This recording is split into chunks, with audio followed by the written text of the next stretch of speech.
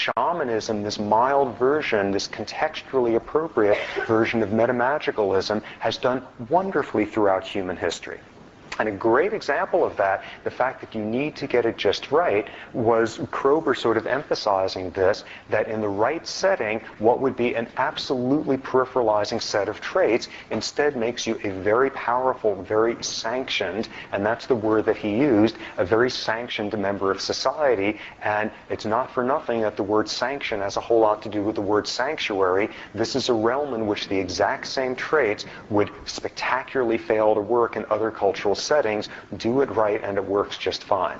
And Kroeber had a wonderful anecdote about this sense of you got to get it just right. He apparently was at some ritual, a ceremony. He spent most of his time doing his anthropology with Native American groups, and this was some ceremony being done by the Winnebagos, and I was actually found it quite bizarre that there was a group called the Winnebago, but hanging out with the Winnebagos, and this was one of his informants there sort of explaining this ritual, and this was apparently some really frothy, really quite over-the-top ritual that the shaman was pulling off and was speaking in tongues and rolling on the fire and all of that, and this guy said, "That is great, we've got this shaman here. This guy is like the best. He's worth every dollar we pay him. This guy is terrific. We are so lucky to have a shaman like this in our village. This guy's..." Thank God we don't have two of them, though. Two, way too much. One's just fine. And you have this recognition that this is not schizophrenia. You wouldn't want a person to be schizophrenic because they will be as peripheralized as in our own society. You want to get it just right. You don't want to have too many of them. You got to have some people who are some plain meat and potatoes good hunters, that sort of thing. And you want the ratio of that to the shamanistic metamagical folks to be quite high, but you need a few of them around. And what the anthropologists have been noting for 60 years is all human cultures traditionally have some very metamagical folks around, and these folks are anything but peripheralized with a decreased reproductive success. They're some of the most honored members of society. So what you wind up getting here is that classic, partially expressed sort of continuum deal going on, which is human societies throughout history have had such a need for shamans that they can put up with the occasional second cousin who's fully schizophrenic, as long as you've got the ratio right. And what the numbers suggest, the 1% to 2% rate of schizophrenia throughout human cultures, and the average population size of human villages, and the number of shamans, it works about right. Throughout history, there has been more of a predominance of schizotypal shamans than of schizophrenics. You can afford to put up with the occasional cousin.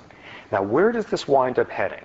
What the main point of this section is about is this is not just about the people naked in the National Geographics with the bones in their noses, and this was a critical transition recognizing this. At some point, a whole lot of people in that field were writing about the primitiveness of non-Westernized religion, and there was a great quote, who came up with this one? A guy named Devereux referred to primitive religion as being organized schizophrenia. This was somebody in the 1940s exactly getting this flavor of contextualized, appropriate, hearing the voices at the right time, all of that, but this was overwhelmingly literature about the weird stuff those folks are up to in the night and the Time Life specials on public television, and what the critical transition is it's not just about them.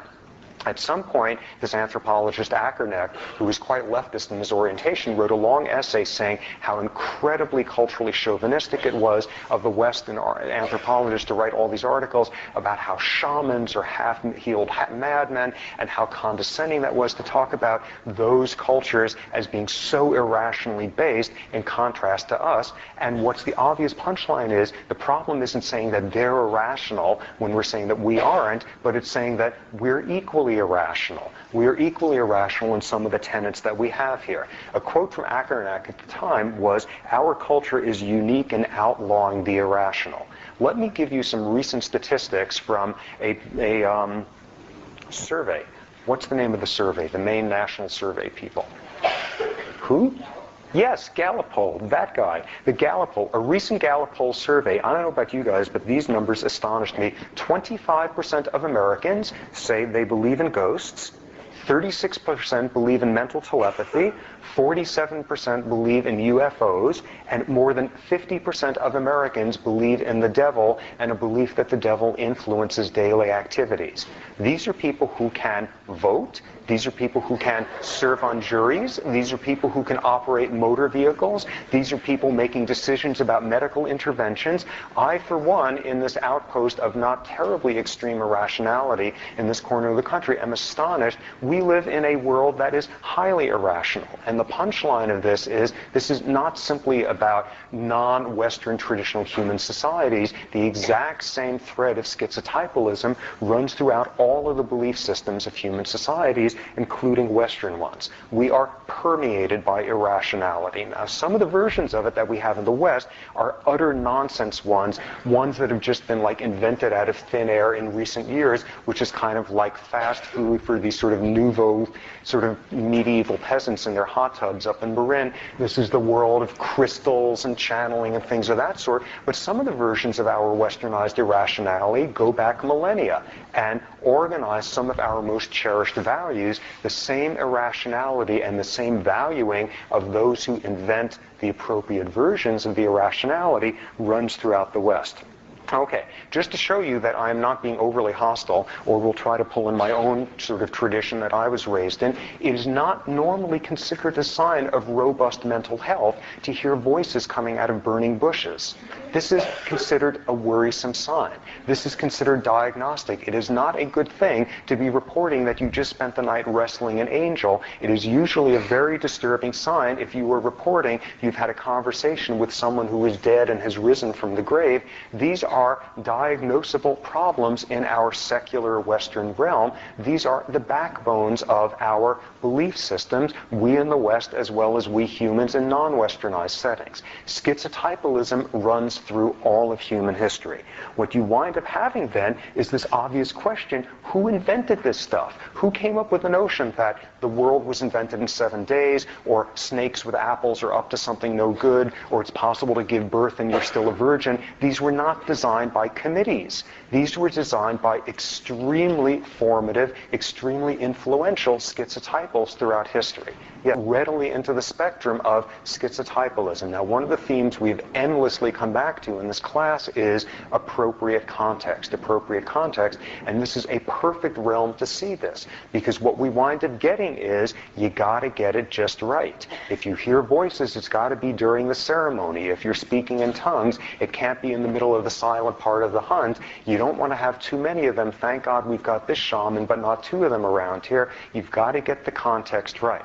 And what we've seen throughout human history, and Western history as well, is get it wrong, and we have names for these things. Get it wrong, and these are abortive religious fringe groups. These are cults, and you look at some versions of this in our own recent time. You look at David Koresh in Waco. You look at someone like Jim Jones in Jonestown. You look at someone like Charles Manson, and these are people who were highly metamagical in their thinking, highly charismatic, but hit a wall at the point where we still classify them as cults.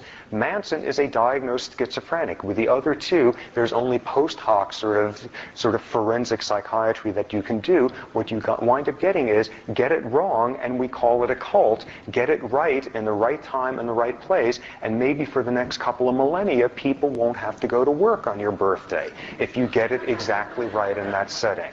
So what I think we see here is a setting here for making sense, the exact same traits in a different context, to use Kroeber's words, in a cultural context that is not sanctioned. The exact same traits count as psychiatrically suspect these days. What this is about is not only, if you get it in the right context, is it okay, it is highly honored, tapping into the question that came in before, that all human societies have a strong need for a certain degree of these folks around. You need to get the ratios right. Okay, picking up on this theme, a transition to a next point. In a sense, this is talking about sort of the structural steel of religious belief. What are the basic beliefs you have? There's no God but one. He is Allah. Whatever versions of the central formats you have. There is a Trinity. I am who I am. Any of these variants, these are sort of the building blocks, the structural steel of religion.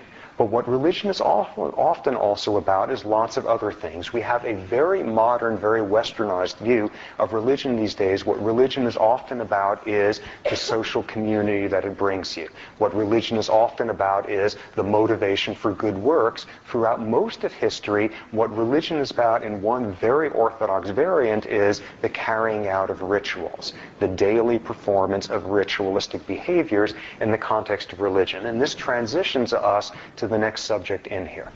And this whole notion of ritualism as a backbone of religion, wonderful quote to that effect. Henry Ward Beecher, father of Harriet Beecher Stowe, famous Protestant preacher in New England, I think the 1830s or so, had this quote at the time: religion is daily bread. Religion is not just cake on Sunday. The notion that what religion is about is the small acts. God is in the detail. Religion is in the small acts of the daily rituals, now beginning to look not at the large theological notions. Our religion believes there are multiple gods, there are virgin births, that God can speak through a burning bush, but instead religion as the daily practices of ritual. Now, what is interesting about this? What comes through with this is another theme, another subtype of a very mild version of a psychiatric disorder